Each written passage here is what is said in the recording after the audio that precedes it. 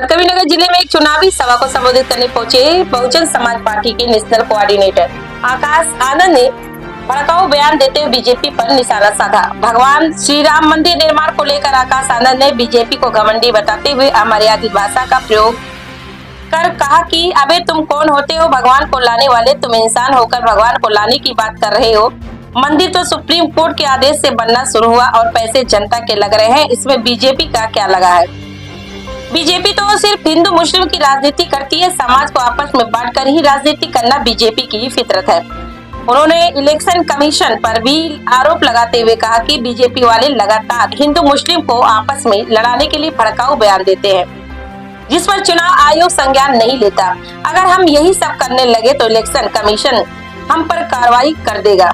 आपको बता दें कि बीएसपी की यह जनसभा मेदावर विधानसभा क्षेत्र के बखिरा स्थित वेड़ी माधव इंटर कॉलेज में आयोजित थी, जहां पर पहुंचे बीएसपी के नेशनल कोऑर्डिनेटर आकाश आनंद ने बीजेपी सरकार को गद्दारों की सरकार बताया। इसके साथ ही उन्होंने समाजवादी पार्टी और कांग्रेस पर भी जमकर निशाना साधा।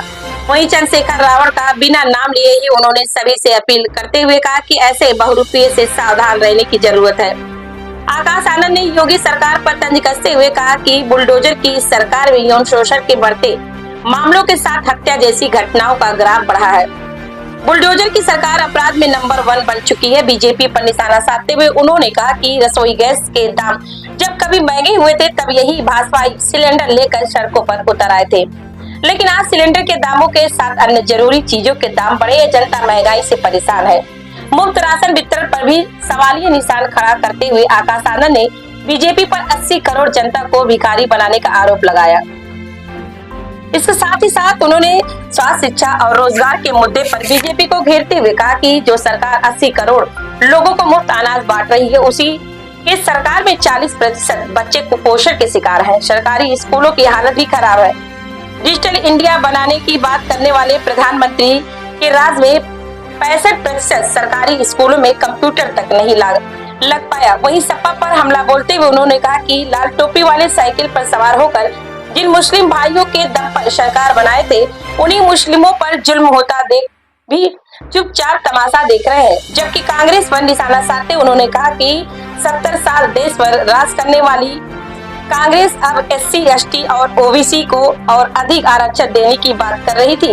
ये कांग्रेस वाले 70 साल कहाँ सोए थे। इस हाथ वाले झंडे को हाथी के झंडे से खदेड़ने की जरूरत है। आकाश आनंद ने अग्निवीर योजना, कालाधन और देश में बढ़े कर्ज को लेकर भी बीजेपी पर हमला बोला। 2014 में जब ये महंगाई के लिए ढिंढोरा पीट रहे थे तो किस तरह इन्होंने नाटक किया था। ये गैस का सिलेंडर लेके सड़क पर उतर गए थे और बोल रहे थे कि भाई हमारी गरीब जनता गैस का पैसा नहीं दे सकती। आज जब इनसे सवाल करते हैं कि भाई गैस अब जब गैस का सिलेंडर 1100 रुपया भाग चुका है तो आपके पास क्या जवाब है, तो ये बोलते हैं कि हम सब्सिडी देंगे। जब भी कोई इलेक्शन आने वाला होता है तो ये सब्सिडी देते हैं, परंतु सब्सिडी के नाम पर भी कितना सब्सिडी देते हैं, 5 रुपया 10 रुपया गैस सिलेंडर पे दे देते हैं। इनसे अगली बार बोलिएगा भाई साहब ये 5-10 रुपया मेरी जेब से तुम रखो और ये गद्दी खाली करो, नहीं चाहिए सब्सिडी, नहीं चाहिए सरकार।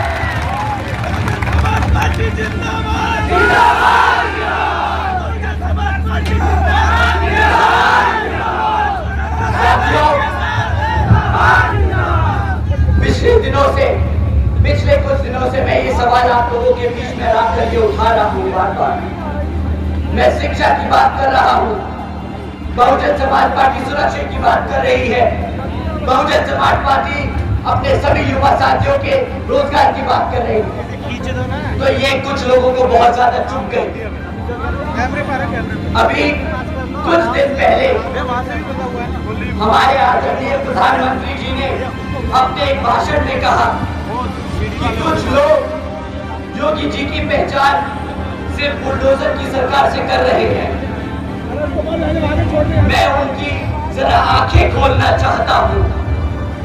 उत्तर प्रदेश में आजादी के बाद जनता जितना उद्योग के विकास नहीं हुआ वो अकेले योगी जी के कालखंड में हुआ है।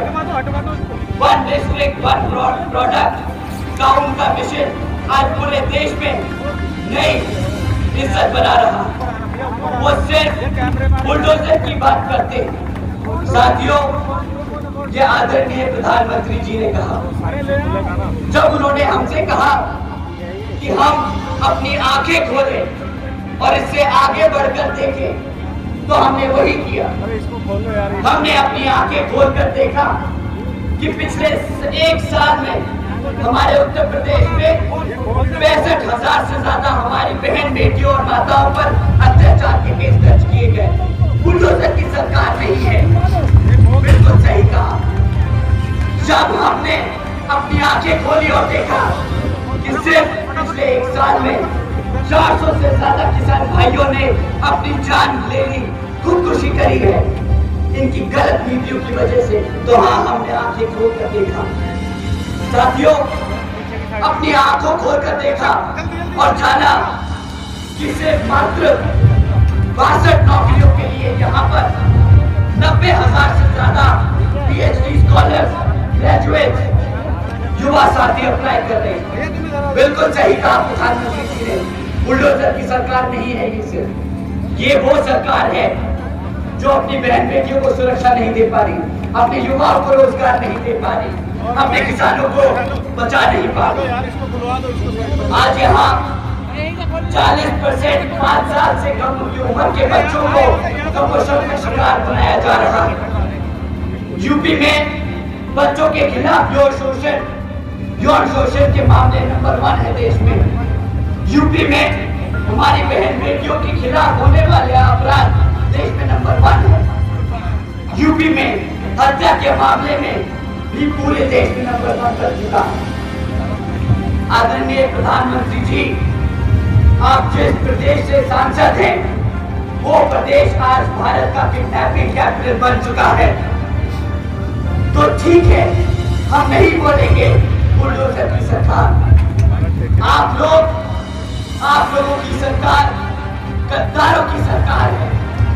जो सरकार अपने बच्चों को भूखा रखे, जो सरकार अपनी बहन बेटियों पर अत्याचार होने दे, जो सरकार अपने युवाओं को बेरोजगार रखे, जो सरकार अपनी आवाम को फ्री राशन के नाम पर गुलाम बनकर अपनाकर रखे, वो सरकार गद्दार है, नहीं है बुलडोजर की सरकार।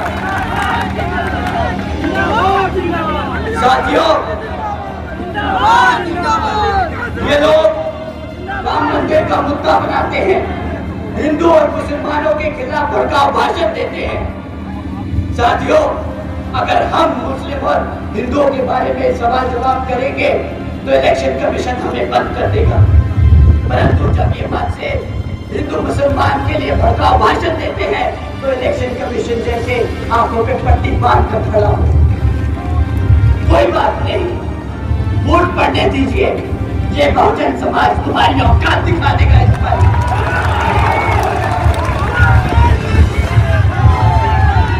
ये राम मंदिर का क्रेडिट लेते हैं। साथियों, राम मंदिर इन्होंने नहीं, सुप्रीम कोर्ट ने बनवाया है।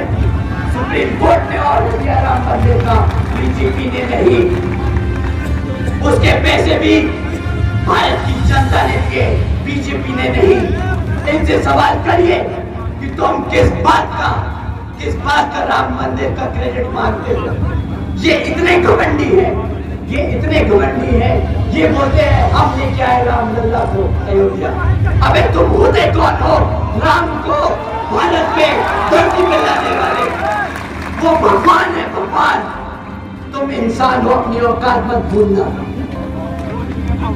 साथियों, रही बात इनके गंदे घटिया तरीकों से इलेक्शन लड़ने की, पर मुद्दा आपका रोजगार का है। साथियों, इन्होंने वादा किया था सालाना 2 करोड़ नौकरी देने का, ना मिली युवाओं को 2 करोड़। उसके बदले क्या दिया? अग्निवीर की योजना, 4 साल का रोजगार, फिर बेरोजगार मिलना, ये दिया उन्होंने।